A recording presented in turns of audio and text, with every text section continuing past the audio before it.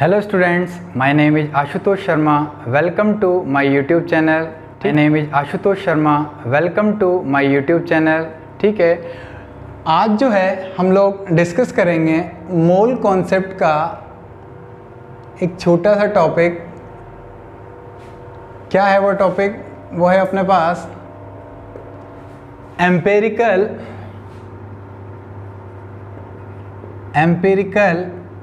And molecular formula. Empirical and molecular formula, इसको short form में लिखेंगे हम EF and MF। Is it clear? तो क्या होता है एम्पिरिकल और मॉलिक्यूलर फॉर्मूला? ठीक है, इसको एक एग्जांपल के थ्रू मैं एक्सप्लेन करता हूँ। फॉर एग्जांपल अगर मैं आप लोगों से कहूँ ग्लूकोज का फॉर्मूला बताइए, तो ग्लूकोज का फॉर्मूला होगा क्या? C6H12O6। Is it clear? ये है अपने पास ग्लूकोज का फॉर्मूला। तो ये जो फॉर्मूला है ये डिनोट करता है, इसको हम क्या बोलते हैं, ये MF को रिप्रेजेंट करेगा, इसको हम क्या बोलते हैं? Molecular formula. अगर मैं इसका सिंपलेस्ट फॉर्म देखूं तो मैं इसको लिख सकता हूं CH2O। तो ये जो फॉर्मूला है ये रिप्रेजेंट कर रहा है किसको? एम्पिरिकल फॉर्मूला को। दोनों में क्या डिफरेंस है? ठीक है, तो देखो इन दोनों में क्या डिफरेंस है। अगर मैं आप लोगों से कहूं कि मॉलिक्यूलर फॉर्मूला, तो मॉलिक्यूलर फॉर्मूला में किसी भी एलिमेंट के ये जो मॉलिक्यूल है वो डिफरेंट एलिमेंट्स के एग्जैक्ट नंबर ऑफ एटम्स को रिप्रेजेंट कर रहा है। ठीक है, तो यहां पर अगर मैं ग्लूकोज में बात करूंगा तो यहां पर exact number of atoms present हैं हर एलिमेंट के। और वहीं पर अगर मैं एम्पिरिकल फॉर्मूला की बात करूं तो यहां पर सिर्फ relative number of atoms present हैं किसी भी एलिमेंट के। ठीक है, तो यहां पर 3 एलिमेंट हैं, कार्बन, हाइड्रोजन एंड ऑक्सीजन। तो इन तीनों एलिमेंट के जो एग्जैक्ट एटम्स हैं वो किसमें प्रेजेंट हैं? मॉलिक्यूलर फॉर्मूला में। तो मॉलिक्यूलर फॉर्मूला क्या होगा? जहां पर जो नंबर ऑफ एटम्स हैं वो एग्जैक्ट होंगे। ठीक है, किसी भी मॉलिक्यूल में जो नंबर ऑफ एटम्स हैं वो क्या होंगे? एग्जैक्ट होंगे। मॉलिक्यूलर फॉर्मूला उसी को हम बोलेंगे। और एम्पिरिकल फॉर्मूला क्या होगा? एक सिंपलेस्ट रेशियो होगा या रिलेटिव नंबर ऑफ एटम्स उसमें प्रेजेंट होंगे। Is it clear?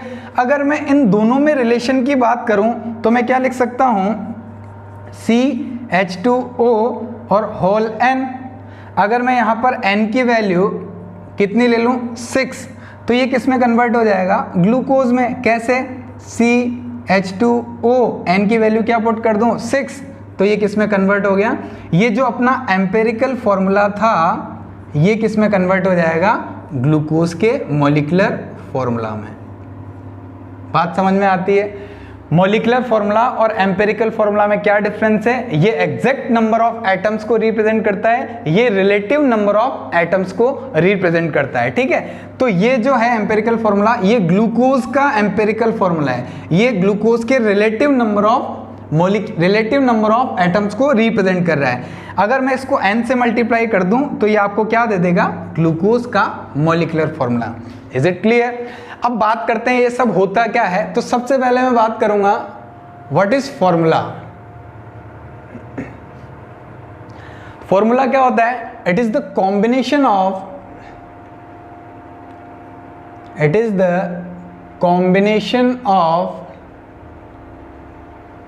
atoms of different elements which is represent to a molecule, जो किसी एक मॉलिक्यूल को रिप्रेजेंट करें। ठीक है, it is the combination of atoms. Different elements के जो एटम्स हैं वो कंबाइन होकर क्या बनाते हैं? मॉलिक्यूल। तो जो सिंगल मॉलिक्यूल को रिप्रेजेंट करेंगे ऐसे एटम्स क्या हो जाएंगे? उनको हम क्या बोल देंगे? फॉर्मूला। ठीक है, अब बात करते हैं व्हाट इज एम्पिरिकल फॉर्मूला। तो एम्पिरिकल फॉर्मूला क्या हो जाएगा अपने पास? it represents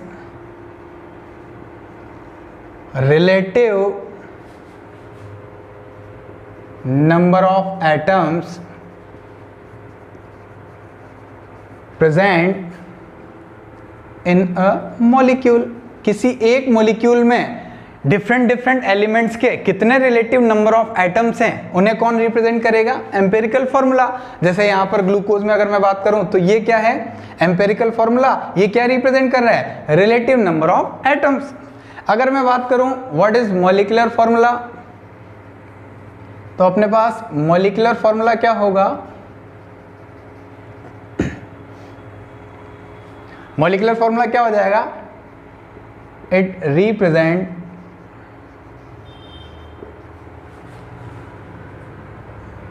actual number of atoms, actual number of atoms in a molecule। किसी एक मॉलिक्यूल में कितने एक्चुअल नंबर ऑफ एटम्स हैं, किसके? डिफरेंट एलिमेंट्स के, उनको कौन रिप्रेजेंट करेगा? Molecular formula. ठीक है, तो एम्पिरिकल क्या रिप्रेजेंट करेगा? It is represent a relative number of atoms of different elements present in a molecule. और मॉलिक्यूलर फॉर्मूला क्या रिप्रेजेंट करेगा?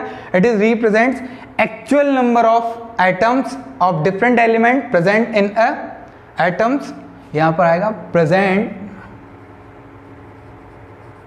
इन a molecule. Is it clear? यहां तक क्लियर है। अब कैसे मैं एम्पेरिकल फॉर्मूला कैलकुलेट करूं, मॉलिक्यूलर फॉर्मूला कैलकुलेट करूं, दोनों में क्या रिलेशन है? तो हम देखते हैं what is the relation between molecular formula and empirical formula. इन दोनों में क्या रिलेशन होगा ये हम डिस्कस करते हैं। तो अगर मैं बात करूं रिलेशन बिटवीन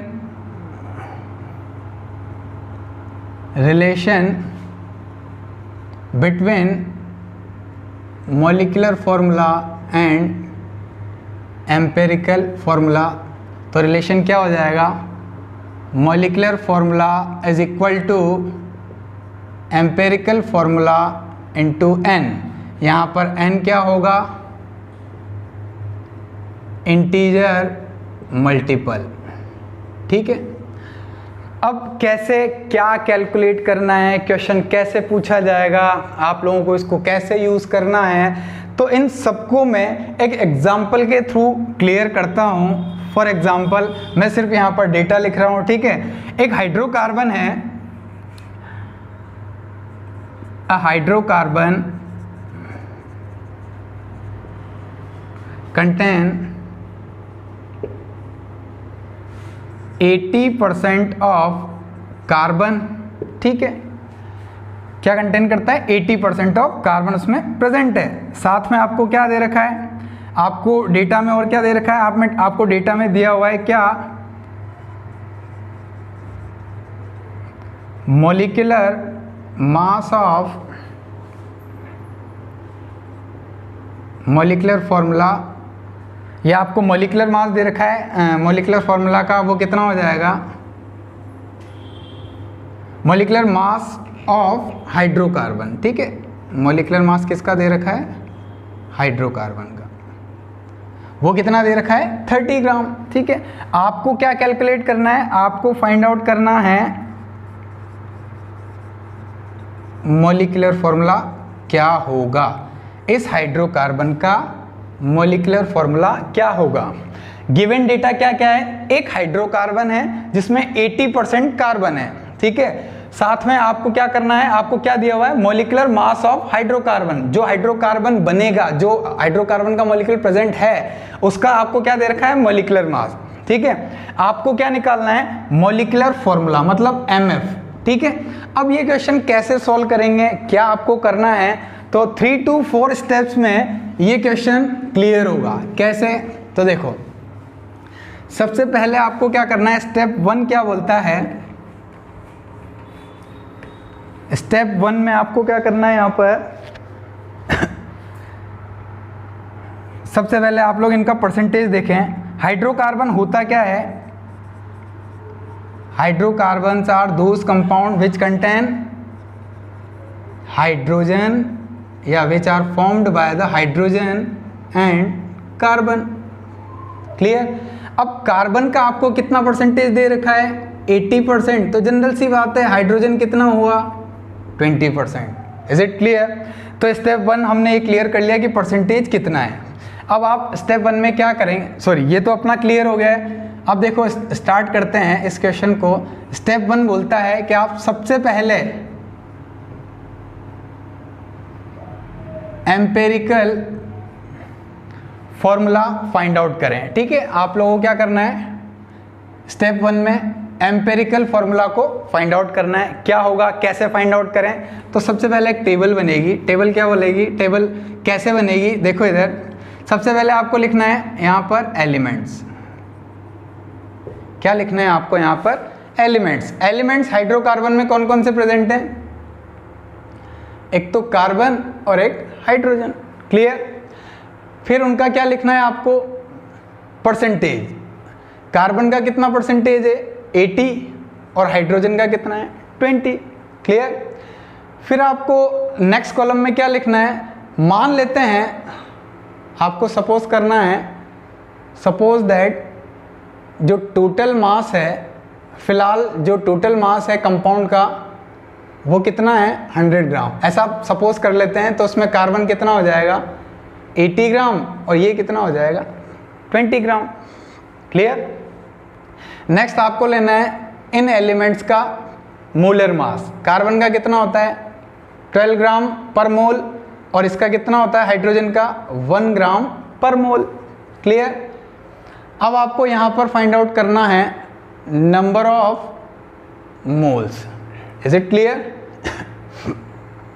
यहाँ पर आपको फाइंड आउट करना है number of moles. Number of moles कैसे आएंगे, given mass divide by molar mass, और इसमें कैसे आएगा, 20 डिवाइड बाय 1 ग्राम।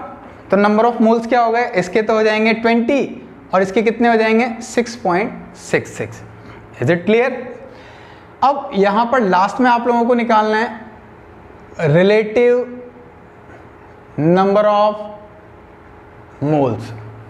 ठीक है, रिलेटिव नंबर ऑफ मोल्स सबसे इंपॉर्टेंट पोर्शन है इसका। उसको कैसे फाइंड आउट करेंगे, इन दोनों में से जो नंबर ऑफ मोल्स आएगा, इन दोनों में से आप क्या करें, जो मिनिमम वैल्यू है उससे इन दोनों को डिवाइड कर दें। ठीक है, तो ऊपर वाली जो मिनिमम वैल्यू वो क्या है, 6.66, इसको मैं दोनों को डिवाइड कर दूंगा, तो 6.66, और यहाँ पर आ जाएगा 20 डिवाइड बाय 6.66। तो यहाँ पर जो वैल्यू आएगी वो कितनी आएगी, 1, और यहाँ पर जो वैल्यू आएगी वो कितनी आएगी, 3। मान लेते हैं इन दोनों में से कोई भी एक वैल्यू फ्रैक्शन में आती है, तो आप क्या करें, इसको 2 से मल्टीप्लाई करके देखें, इंटीजर में कन्वर्ट करें, या 3 से मल्टीप्लाई करें, इंटीजर में कन्वर्ट करें। मान लेते हैं यहाँ पर 3.5 होता, तो आप क्या करते, 2 से मल्टीप्लाई कर दे तो ये 7 हो जाता। इसको भी मैं किससे मल्टीप्लाई करता, 2 से, क्योंकि पूरी इक्वेशन को ही किससे मल्टीप्लाई करना पड़ता है, एक इंटीजर से। तो अगर मुझे इसको मान लेते हैं ये 3.5 होता, तो मैं क्या करता, दोनों को ही किससे मल्टीप्लाई कर देता, 2 से, तो ये तो हो जाता 2 और ये हो जाता 7। लेकिन यहाँ पर ऐसा कुछ नहीं है, ये तब करना है जब वैल्यू किस में हो, फ्रैक्शन में। क्लियर है? ठीक है, तो यहाँ पर ये जो आया है 1 और यहाँ पर जो आया 3, ये रिप्रेजेंट करेंगे एम्पेरिकल फॉर्मूला में नंबर ऑफ एटम्स को। ठीक है, तो एम्पेरिकल फॉर्मूला के लिए कार्बन के कितने एटम आ गए, 1, और हाइड्रोजन के कितने आ गए, 3। तो जो अपने पास स्टेप 1 में हम लोगों को फाइंड आउट करना था एम्पेरिकल फॉर्मूला, वो अपने पास क्या आ गया है, कार्बन का 1 एटम और हाइड्रोजन के 3 एटम। तो अपने पास अभी स्टेप 1 क्लियर हुआ है, जहां पर आपको निकल के आया एम्पेरिकल फॉर्मूला, और वो क्या है, CH3। कैसे आया, इस टेबल के थ्रू, मैं बता चुका हूं। ठीक है, इस टेबल में आपको क्या करना है, सबसे पहले एलिमेंट्स के सिंबल लिखने हैं, फिर उसका परसेंटेज, फिर आपको क्या करना है, ऐसा मान के चलना है कि कंपाउंड का मास कितना, 100 ग्राम, तो कार्बन कितना हो जाएगा, 80 ग्राम, ये कितना हो जाएगा, 20 ग्राम। उसके अकॉर्डिंग ये मोलर मास इनके लिखने हैं, इसका 12, इसका 1, नंबर ऑफ मोल्स कैलकुलेट करने हैं, फिर रिलेटिव नंबर ऑफ मोल्स, फिर आपको क्या आ जाएगा यहाँ पर, ये नंबर ऑफ एटम्स आ जाएंगे। ये नंबर ऑफ एटम्स कौन से होंगे, रिलेटिव नंबर ऑफ एटम्स। ये रिलेटिव हैं, इसीलिए तो हम क्या बोल रहे हैं, एम्पेरिकल फॉर्मूला। तो कार्बन के कितने एटम आए, 1, हाइड्रोजन के कितने आए, 3, तो एम्पेरिकल फॉर्मूला कितना आ गया, CH3। स्टेप 2 क्या बोलता है, स्टेप 2 में आपको फाइंड आउट करना है क्या, n, जिसको हमने क्या बोला था, इंटीजर मल्टीपल। अब इंटीजर मल्टीपल कैसे फाइंड आउट करें, ये बहुत इंपॉर्टेंट है। तो इसका एक फॉर्मूला है जो मैं यहां पर बता रहा हूं, n integer multiple is equal to क्या होगा, मॉलिक्यूलर फॉर्मूला मास, जो कि क्वेश्चन में आप लोगों को गिवन होगा। कहां पर गिवन होगा, क्वेश्चन में गिवन होगा, ठीक है। मॉलिक्यूलर फॉर्मूला मास और डिवाइड बाय क्या करेंगे, एम्पिरिकल फॉर्मूला मास, ठीक है। अब देखो n आपको फाइंड आउट करना है, तभी आप क्या निकाल सकते हैं, mf मतलब मॉलिक्यूलर फॉर्मूला। सबसे पहले आपने क्या किया, कैलकुलेशन करके एम्पिरिकल फॉर्मूला निकाला। n आपको अब फाइंड आउट करना है स्टेप 2 में। आप लोगों को क्या दिया होगा क्वेश्चन में, molecular formula mass. Empirical formula mass कहां से आएगा, एम्पिरिकल फॉर्मूला से। जब आप लोगों ने एम्पिरिकल फॉर्मूला कैलकुलेट कर लिया, फाइंड आउट कर लिया, तो इसका मास निकालने में क्या दिक्कत है, इजीली इसका मास कैलकुलेट हो जाएगा। और वो कितना होगा, 15 ग्राम। तो ये जो दिया हुआ है वो क्या है, EFM empirical formula mass. Is it clear. Molecular formula mass MFM आपको क्वेश्चन में गिवन होगा, तो आप दोनों की वैल्यू पुट करेंगे तो क्या आ जाएगा, n। और अगर n आता है तो आपको दोनों में रिलेशन पता है, क्या है relation, molecular formula is equal to empirical formula into n। तो अगर मुझे स्टेप 3 देखनी है तो स्टेप 3 में क्या आ जाएगा, मॉलिक्यूलर फॉर्मूला। कैसे आएगा, देखो रिलेशन को मैं नहीं मिटा रहा हूं, ठीक है। कैसे स्टेप 3 में ये क्वेश्चन सॉल्व हो जाएगा, देखो इधर ये फॉर्मूला इंपॉर्टेंट है, आप लोग याद रखें, ठीक है। ये जो फॉर्मूला है ये भी इंपॉर्टेंट है, ये रिलेशन भी इंपॉर्टेंट है, आप लोगों को याद रखना है। स्टेप 3 क्या बोलती है, देखो आप लोगों को n फाइंड आउट करना है। इस क्वेश्चन के अकॉर्डिंग n क्या हो जाएगा, जो कि इंटीजर मल्टीपल है। मॉलिक्यूलर फॉर्मूला मास गिवन है कितना, 30 ग्राम। एम्पिरिकल फॉर्मूला मास मैंने एम्पिरिकल फॉर्मूला फाइंड आउट करके निकाल लिया है कितना, 15 ग्राम। तो बोलो n की वैल्यू कितनी आई, 2। अब आप लोगों को पता है MF मॉलिक्यूलर फॉर्मूला, MF मतलब molecular formula is equal to क्या होगा, एम्पिरिकल फॉर्मूला इनटू n की वैल्यू कितनी आई, 2। तो बोलो क्या हो जाएगा इसका मॉलिक्यूलर फॉर्मूला, CH3 इंटू 2, या फिर आप इसको कैसे लिख सकते हो, CH3 होल ट्वाइस लिख सकते हैं। तो बोलो मॉलिक्यूलर फॉर्मूला क्या हो जाएगा, तो मॉलिक्यूलर फॉर्मूला ऑफ हाइड्रोकार्बन जो क्वेश्चन में पूछा है वो क्या आ जाएगा, C2H6। It is also known as ethane. क्या बोलते हैं इसको, इथेन। Is it clear. तो ये आज का अपना बहुत नॉर्मल सा छोटा सा टॉपिक था, जो कि 3 स्टेप में क्लियर है। एग्जाम्पल के थ्रू मैंने इसको क्लियर कर दिया है। आई होप आप लोगों को समझ में आया होगा, ठीक है। अगर आप लोगों को ये वीडियो अच्छा लगा है तो आप लोग लाइक करें, हमारे चैनल को सब्सक्राइब करें। Thank you.